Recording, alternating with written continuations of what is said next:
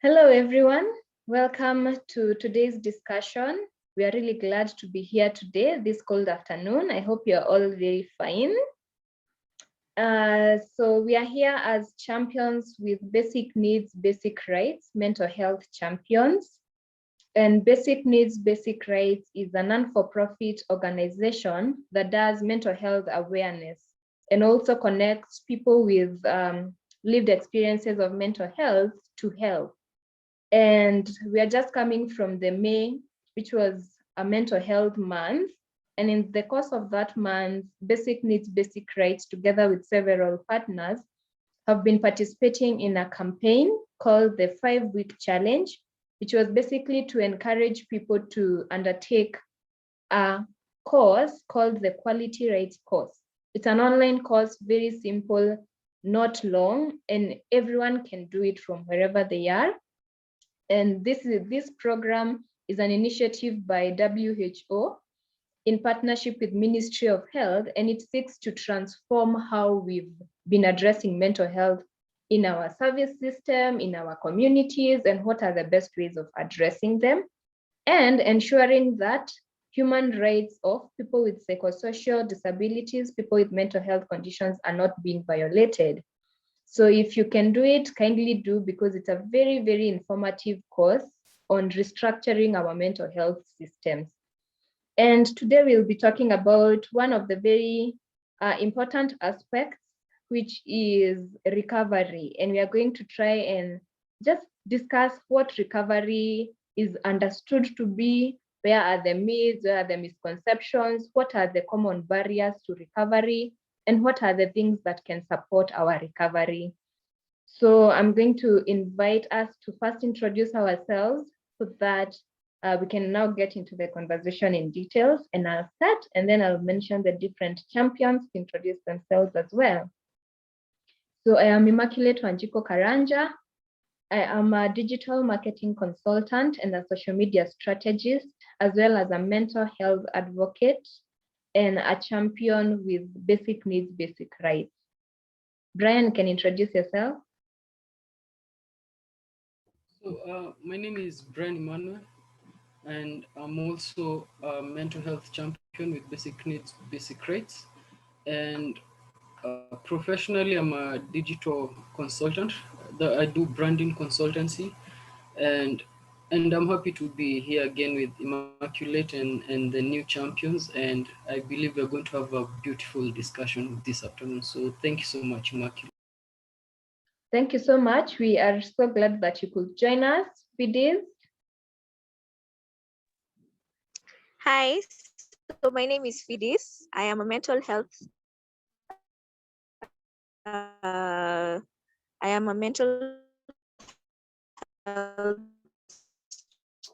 champion and advocate with Basic Needs, Basic Rights Kenya. Yes. It's like Fidiz network is not very stable, plus Fidiz, you're muted.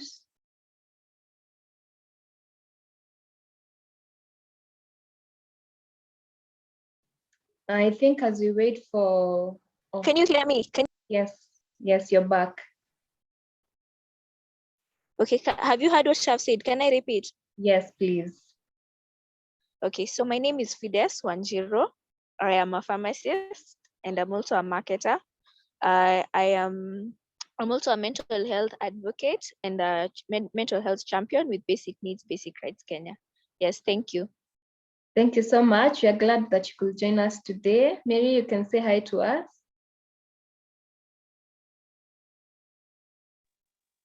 Hello. How are you people? My name is Mary Wafula Omolo, aka Mary Tindo. Yes, I'm a champion with Basic Needs, Basic Rights Kenya. And I've done mass communication. I'm a journalist partly, and I do write scripts for acting. I also am a content creator, pale YouTube. You can find me at Mary Tindo. Amazing. That's so amazing. Mary is our comedian and entertainer, the best we can ever ask for. We are really glad that you are able to join us. I think Guyana has dropped, but I'm sure he'll be joining us shortly. So we'll just proceed atatupata as we continue. So as I had mentioned, today we are going to be talking about recovery, trying to understand the misconceptions and the myths around recovery, and especially when it comes to mental health, and then the barriers and what supports can ensure that recovery is possible. And the first thing will be just trying to really understand what is recovery. We know in physical health, recovery is normally seen as cure. You know, like when you go to hospital with an ailment and you're given the medication, it's expected that the medication, or in the course of taking the medication, you will stop experiencing the symptoms and you'll be cured. But we have to recognize that in mental health, it's different, because in mental health, recovery is about living a good and meaningful life, whether you are presenting the symptoms or experiencing the mental health symptoms or not. So it is not necessarily an end point or a result where you can say, now I have gotten to a place that I am fully okay. But we have to also acknowledge that it's different for different people, which is the other myth, that recovery is the same for all people. In mental health, it's different because different people recover differently. So for some people, it's actually going to have an end point, but for some people, it's going to be a lifelong process sometimes, or you're going to continue for a while. And so we have to know that it is not the same for everyone. And just as you have mentioned, recovery does not mean the absence of symptoms. So we need to be very clear on these things, because we cannot say recovery in mental health is the same as recovery in physical health. As well as, we also need to recognize that recovery is on a continuum. Sometimes, and that is what mental health well-being is about, we are normally well on a scale. Sometimes you're very ill, severely ill, sometimes you're average, and sometimes you're getting better. So you know you're in the process of recovery when you are going up in the scale. So it is not necessarily that you've completely stopped taking the medication, the symptoms are completely not there. No, it just means that you are improving when it comes to the continuum of your well-being. And sometimes there are several aspects that are very important to make recovery possible. And some of these things are connectedness, feeling that you have a sense of meaning and purpose, feeling that you have hope or self-belief that it's possible to recover, feeling that you are getting empowered, and a sense of identity, as well as very many other aspects that we are going to be touching on today. And the champions are going to also share what are the aspects that make them feel like it is possible to recover. Is it hope? Is it support? Is it being connected with people? So we are going to be discussing such different aspects of recovery. But at the same time, there are certain barriers to recovery. And one of the very common ones is stigma and discrimination. The societal attitudes that people have towards mental health. And especially when you share your story and share that you have a lived experience with a mental health condition, people either start avoiding you or they see you as not capable.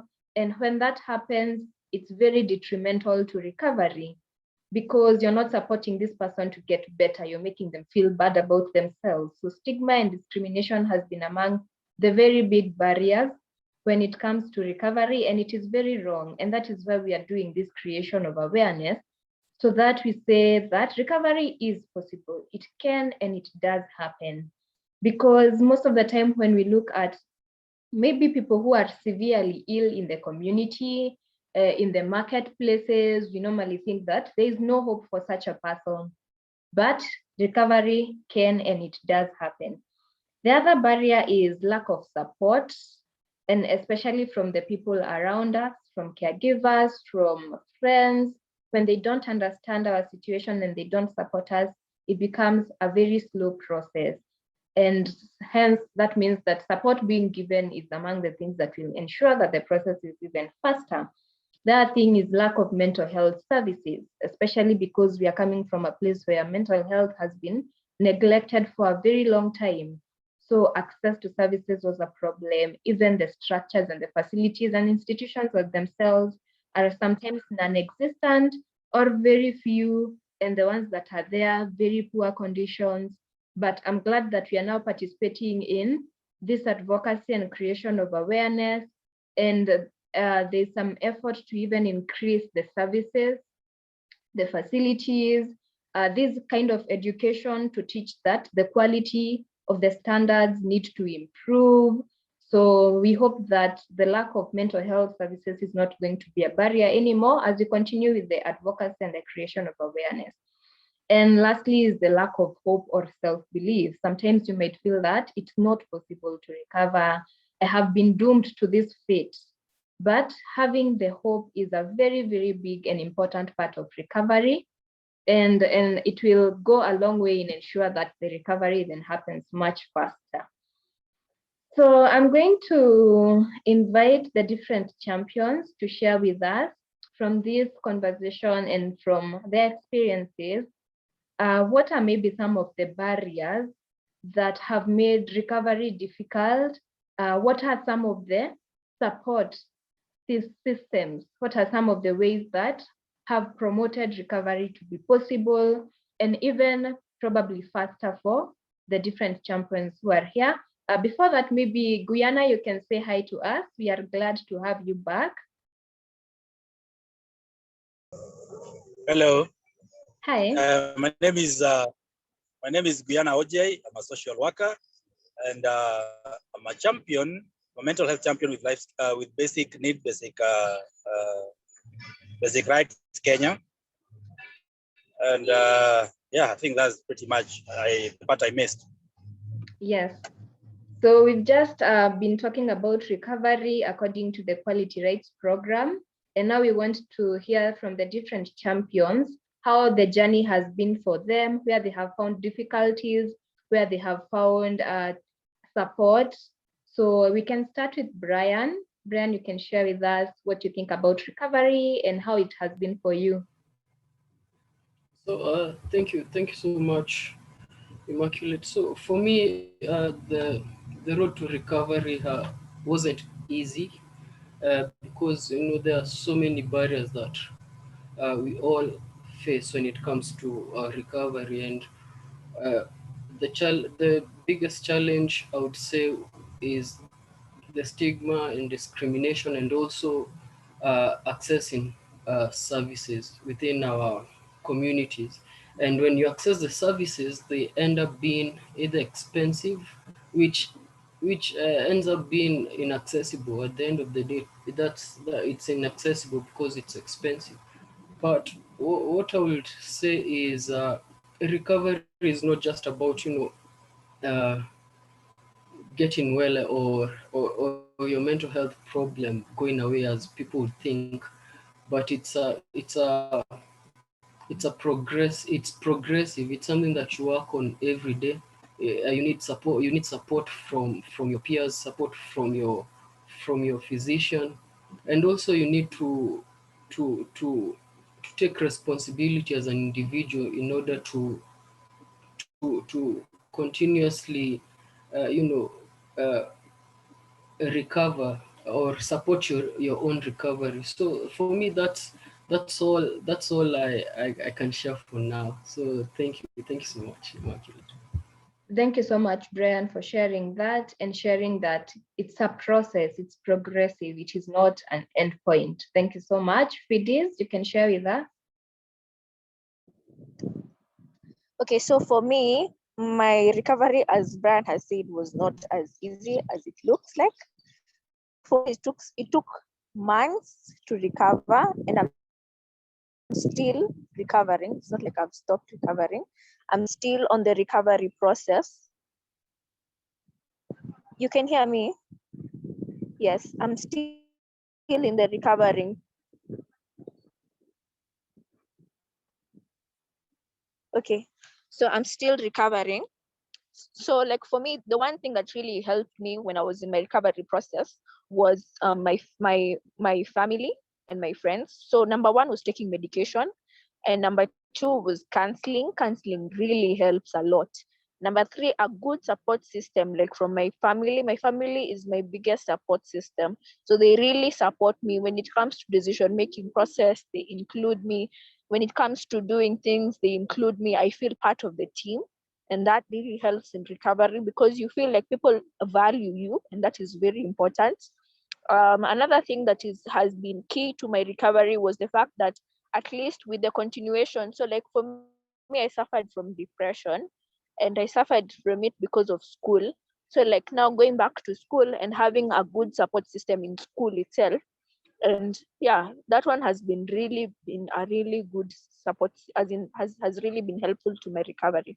One of the disadvantages and one of the key things that have been pulling me down, as Brian has said, is stigmatization. So if you tell people I do have a mental health problem, they go like, hey, are you okay?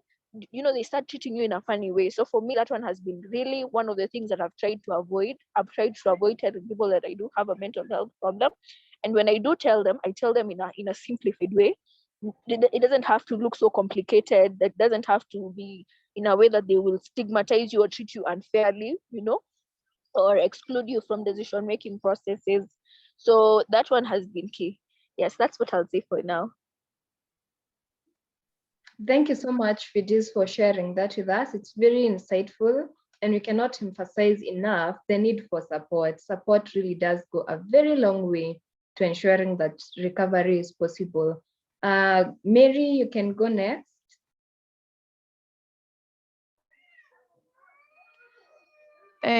So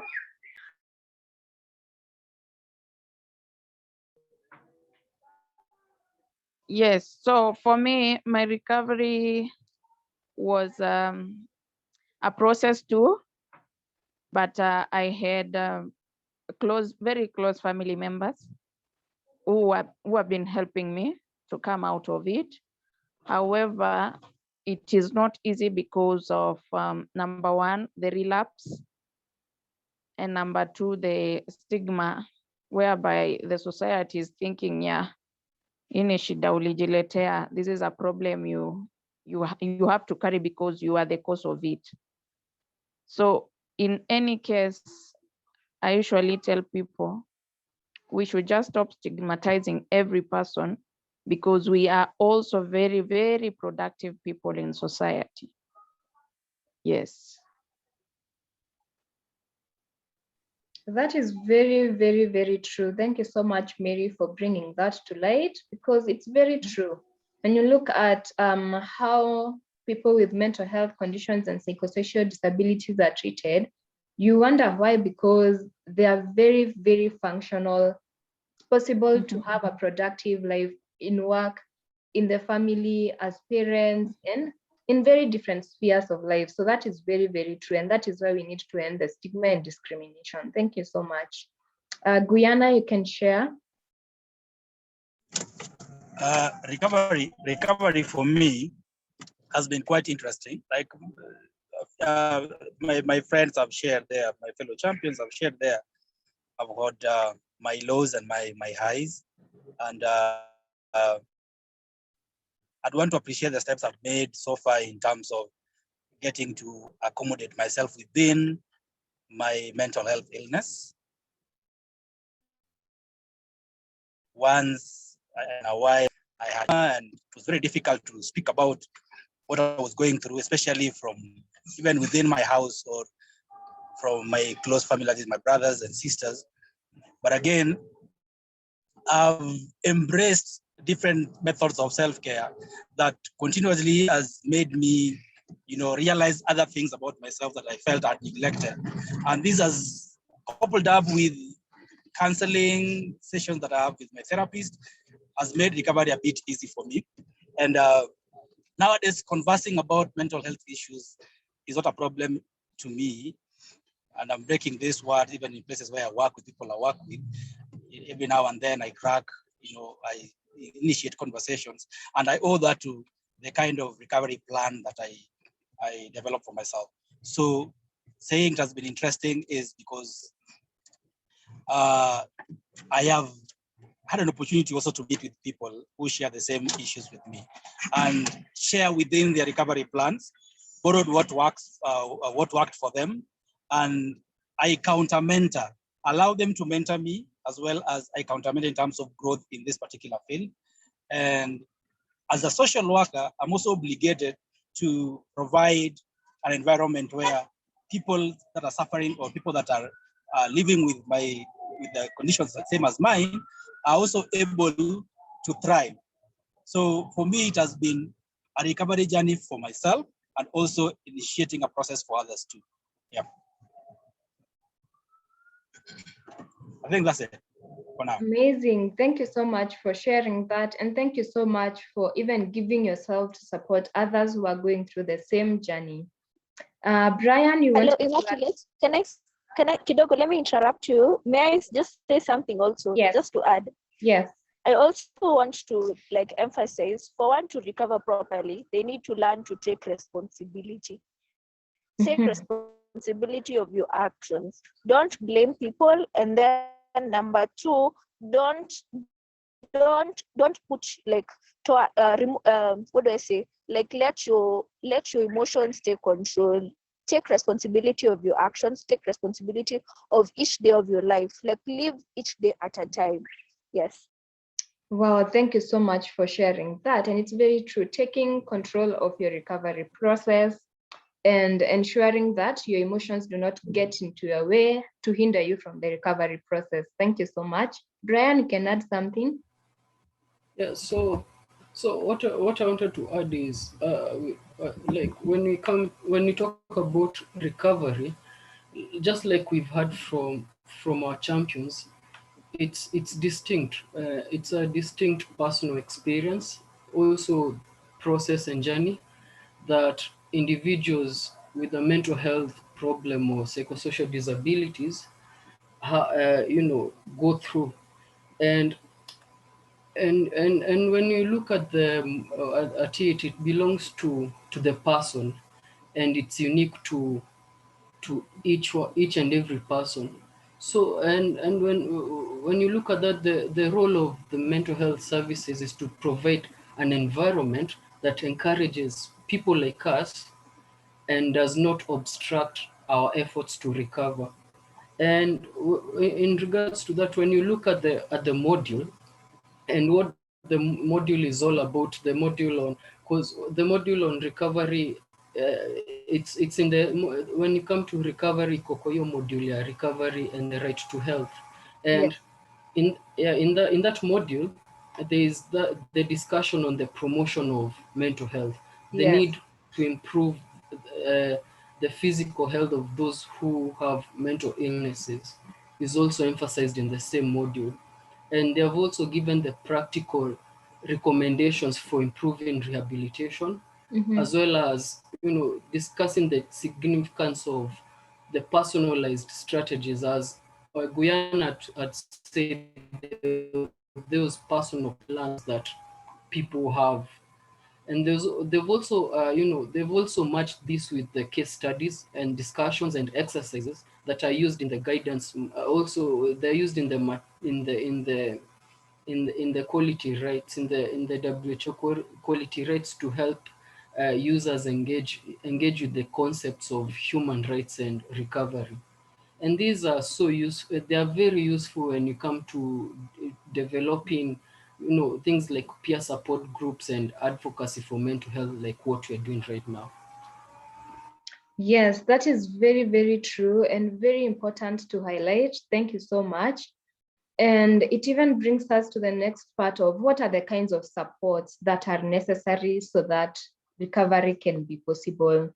And this does not come from only mental health practitioners or the service providers. It also comes from the caregivers and the person who is using the services themselves. For example, the users of services, just as we have all agreed, we have a responsibility to identify the strategies that promote your well-being so that you include that in your treatment plan. And then communicate this to your care providers, to your caregivers, friends, people who provide support, so that they are also in a position to know what helps you recover. And remember, this is different for different people. For some people, it is exercise. For some people, it is having a stroll. For some people, it is having personal space and privacy. So self-awareness is therefore very, very key in taking responsibility for your own health and recovery journey. Again, being able to share that with friends is very important, and the caregiver, so that they are not making the decisions for you. You're the one who is able to say that does not work for me. It probably works for other people, but for me, this is what works. So ensuring that you have that voice and you're being able to communicate is very, very important. And challenging people who do not respect this. Challenge them by, now that we know our rights, you can say that I have a right to decide what my treatment plan can look like. So it's very, very important. And as we have said, we all have a responsibility when it comes to our recovery process. For families and caregivers and friends, they also need to find out from the people they are taking care of what is helpful in maintaining the well-being of this person, instead of assuming that they know what is best for the person. So try to engage them in a conversation. What works for you? What makes you feel better? How would you want people to treat you? How would you want the treatment, your treatment plan to look like? So that they understand that this person has a say in their treatment plan, and don't assume that what comes from the caregivers is always the best options. And so they end up making the decisions for the person. Also, they should respect their opinions and decisions and the choices that the service user airs out. And they should acknowledge that this person has the right to decide what their treatment plan should look like. Regardless of all the situations, they should always ensure support. And as we have been talking about support comes in different ways. It can be physical support, for example, in ensuring transportation, access to maybe opportunities, any kinds of support that this person might need, so that they remember, we say that recovery is about living a good and meaningful life. And for that to happen, there are different services and supports that might be needed. Ensuring that the family is including them in family life, family decisions, so that they are not excluded. Ensuring that they are enhancing local and community access to the things that people in the community does. So those are some of the things that the community caregivers and friends can do. And not forget the healthcare providers. There are also ways that they can ensure that recovery is possible. For example, empowerment. And this is to empower people to make their own decisions. They should actively listen to what the user of service appreciates or what they would prefer, and respect those decisions. They should inform the service user about the different care options that are available, and listen to their preferences and respect their choices. That empowerment is very, very important.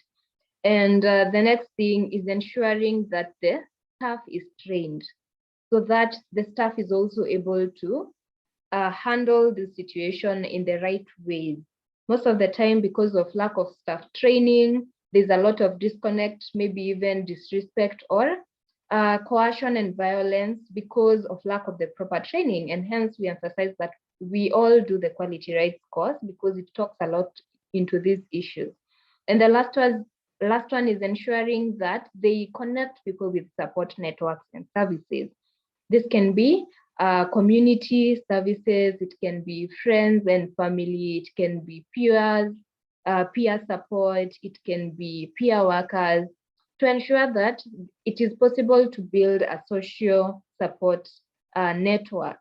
Because as we had said, it's a very, very important part of recovery as well, not only the medication maybe. So the mental health providers should ensure that they connect people to support networks and services that these people might want to be part of, as well as ensure linkages and referrals where possible, even to employment agencies, to advocacy groups, to peer support groups, to cultural and recreational activities in the community, because all these work together, they work holistically, just as Brian has said, including physical health and exercise, even for people with mental health.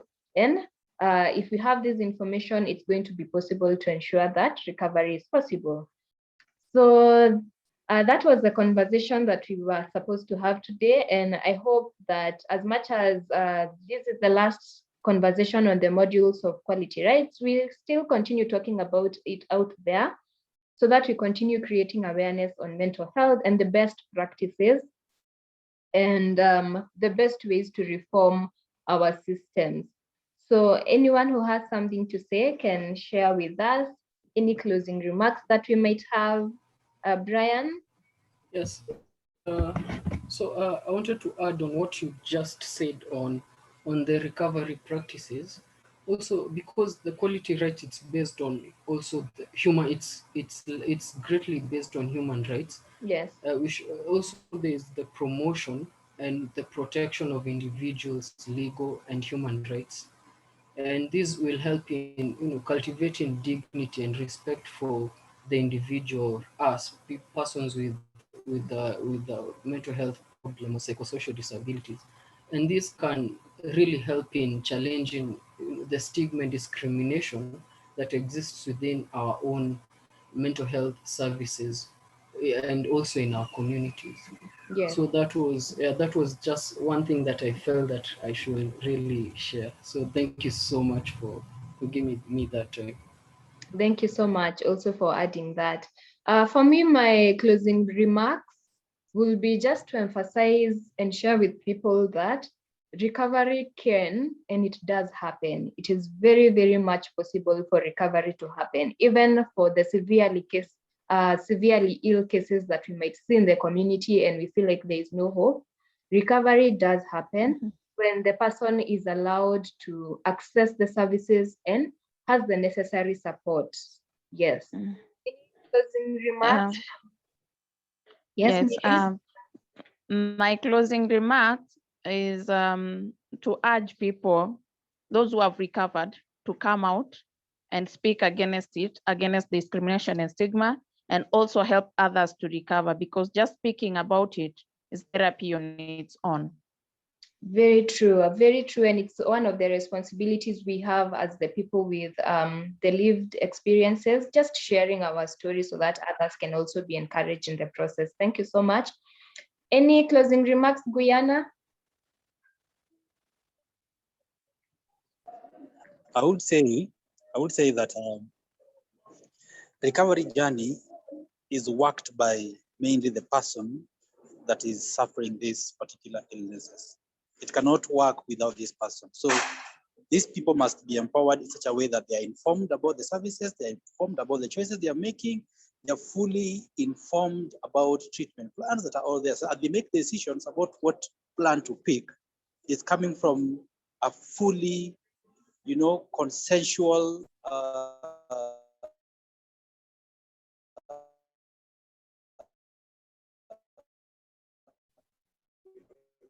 place where they are saying it is for me, because I have looked at plans that did not work out, but when I took it up, choose, this is where I am right now, and I'm able to adapt in every situation, each and every now and then, bringing up new thriving modalities for my recovery. I think that's it. Thank you so much for bringing that to light. Fides, any closing remarks? Okay, I also just want to emphasize recovery is not a one-day thing. It's a process. It takes time, and it needs you as an individual to fully set your mind on also on recovery. Without you actually wanting to recover, then you're doing nothing. So you, as an individual who has a mental health illness or a mental health problem, you must be willing to recover. You must be willing to take the first steps of recovery so that you can recover. So it's a process, and it's something that will take time, but it will eventually be there. It will eventually come to, you'll eventually recover. Yes, thank you so much. And thank you for even bringing that to light, that this person has to have the will to even fight through the recovery. Thank you so much. Brian? So my closing remark is that we need to demonstrate a lot of empathy and resourcefulness when it comes to communicating and responding to persons with mental health problem when who are receiving mental health services, and also promoting our decision making, and this should be in respect to our backgrounds, because each person have their own values, needs, and circumstances, and also people have different resources. So I believe that uh, this can actively also challenge stigmatizing attitudes within our mental health services and the community, and that is my closing remarks. Thank you so much for adding that. So that brings us to the end of the discussion. Thank you so much to all the champions who are able to participate in this conversation. And feel free to add to the conversation through comments or sharing this or encouraging people who might be in the recovery process just to continue being strong in the process. Thank you so much.